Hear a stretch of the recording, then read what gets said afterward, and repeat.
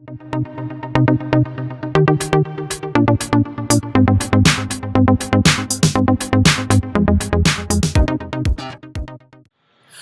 besties, it's Lacy, Real Women, Real Success. I'm coming to you from my backyard today, and I'm going to share my pool with you. I just couldn't spend another moment in the house or in my studio today or my home office because it's so beautiful outside. And I just want to spend a little time out here and share it with you. You can see how nice it is, and hopefully it gives you a little sense of relaxation right before the weekend. So this last week, I came across a report that reported out on 3 different studies done at the University of Colorado that is so compelling and exciting and is right along the lines of some of the things that I have been saying. And I wanted to share it with you because I think it'll give you some encouraging things to think about and some things that you can do.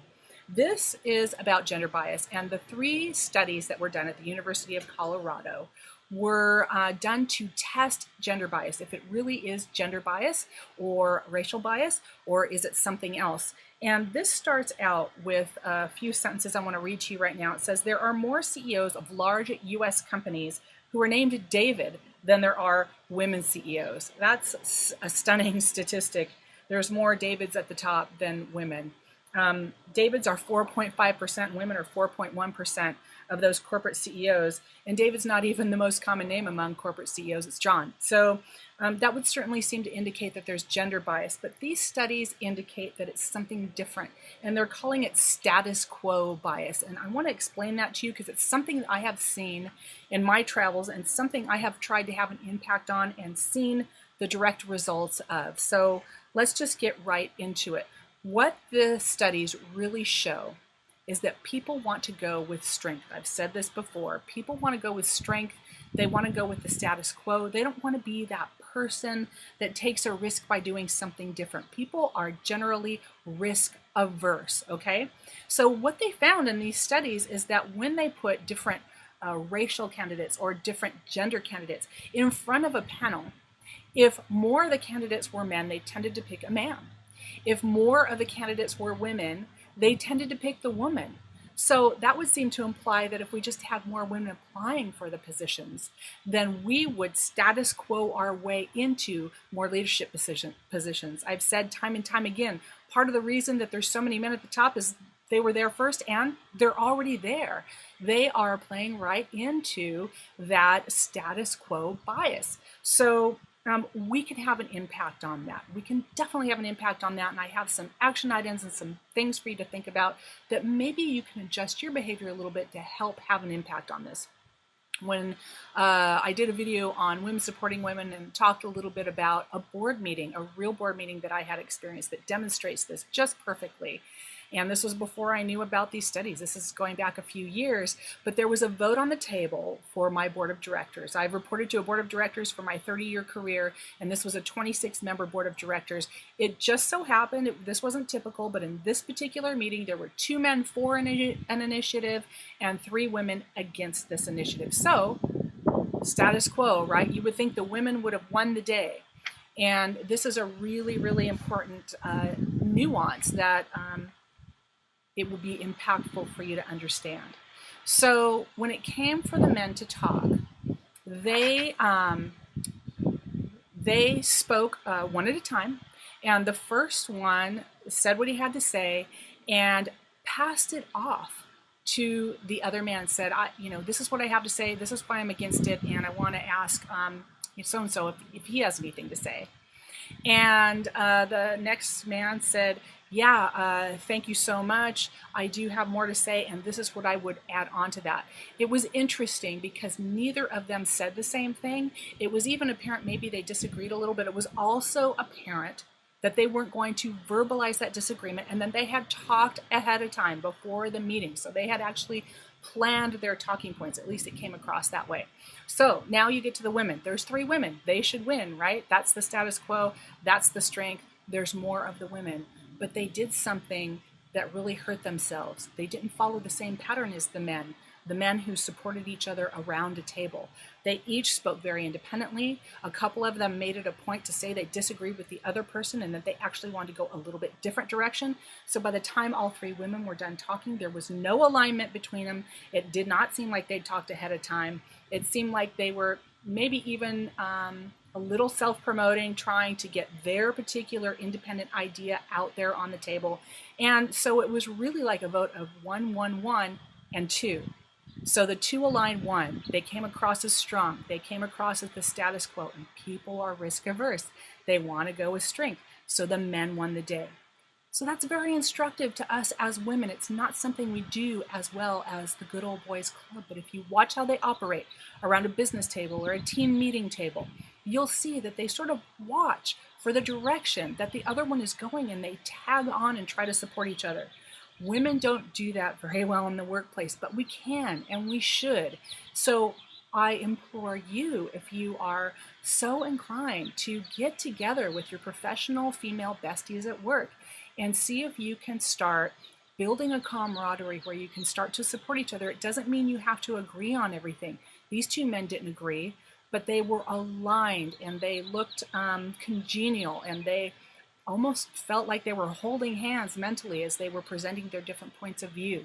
So I think that women are sensitive. We know how to do this. We can watch around a table and see how another woman's behaving and try to tag onto our behavior and still have our own idea and reinforce, yeah, that's a great idea, Jane, and I'd like to add on to that. Instead of saying but or I disagree, just say and that creates strength, and it starts to stitch together the female contingent, and it starts to create that status quo, that strength in numbers. It's all a numbers game.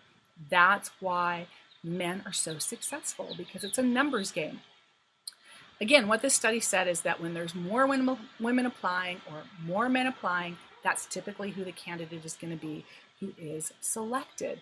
So I shared also in another video how women don't apply for upper level jobs as often as men. There's a study out of Berkeley that I shared before that says that men will apply for a job when they think they can do 60% of the qualifications. Women will apply for the job only when they think they can do 100%. And this is for people who study this and look at it, men and women alike. We know that this is a trend among women. Women just don't seem to step up to the plate with confidence as easily as men do. And in some realms, like in the financial investment realm, that's actually an asset that women have. But in terms of advancing in corporate America, it's something where you can impact the numbers of women at the top simply by taking that step forward to apply for a job, even if you don't get it. If you can increase the numbers of the candidates who are women, you can increase the chances that a woman will be selected. So I wanted to share that with you today. There's one other example I wanted to share with you. I've been on the speaking circuit talking about the 5 innate female strengths that women can leverage for success. And after every presentation, I love talking to the audience. And this one girl came up to me and she said, I get so frustrated in our staff meetings because we're about equal men and women, but it seems like a lot of the men, they just get up and they brag and they boast and they talk about all that they've accomplished. And when us women look at it and compare ourselves, it seems like we've done 3 times as much and you don't see us bragging about it or whatever. And I said, well, I encouraged her to go watch my video, How to Promote Yourself and Why You Should. And here is what I'm going to say again. It doesn't matter how much hard work you do or all the accomplishments you have. If nobody knows about it, it doesn't exist. And what men are just simply good at, or at least these men around her table are really good at talking about what they can do. A lot of them are not even saying they're better. They're just saying, hey, I did this and I'm all that. Well, women can do that too. And so I suggested to her that they could start talking more about what they are accomplishing in their daily work lives, and to refer to that video, How to Promote Yourself, in terms of the steps to do that without feeling like you're self-aggrandizing, to make it a little less uncomfortable. But another thing I suggested to her that I will suggest to you is you can get together with your professional female besties in the workplace and share what you have done and recognize each other around a table. Now, do that in a staff meeting and start recognizing all the work everybody else has done. You don't even have to say we did more than the men or we did more than so-and-so. Just say what you did and acknowledge each other and add on to create that alignment and that strength. You're sort of stitching together the numbers one by one to create that status quo and that strength. And you will start to see a shift in recognition of who is getting the work done. in that workplace. And that will automatically help elevate you as more likely for the upper level positions. Really, really important. And this study, these 3 studies, just verified in different ways that panels of different kinds of people have these biases based on strength, based on numbers, and they will change their decisions based on the numbers again. Actually, I think it's very, very encouraging. We talk a lot about prejudice in this country and about, prejudice against females and discrimination. And I know that goes on in some workplaces, but sometimes it literally is an unconscious bias to move towards strength, to be risk averse. So my message to you is make that an asset and create that strength. Create that bias with increasing the numbers of women that support each other publicly around a table, that talk about their accomplishments, and that apply for jobs so that the candidate pool can increase and a panel feels more comfortable going with a woman. Okay, I hope that was insightful. I'm going to put this study and this report on my website for you. I hope you've got some time planned for yourself this weekend because I know you've worked hard and you really deserve it. I want to thank you for visiting with me by my pool today on this beautiful Friday, and I want you to go out there and have a great week next week, and always remember, I'm your biggest fan.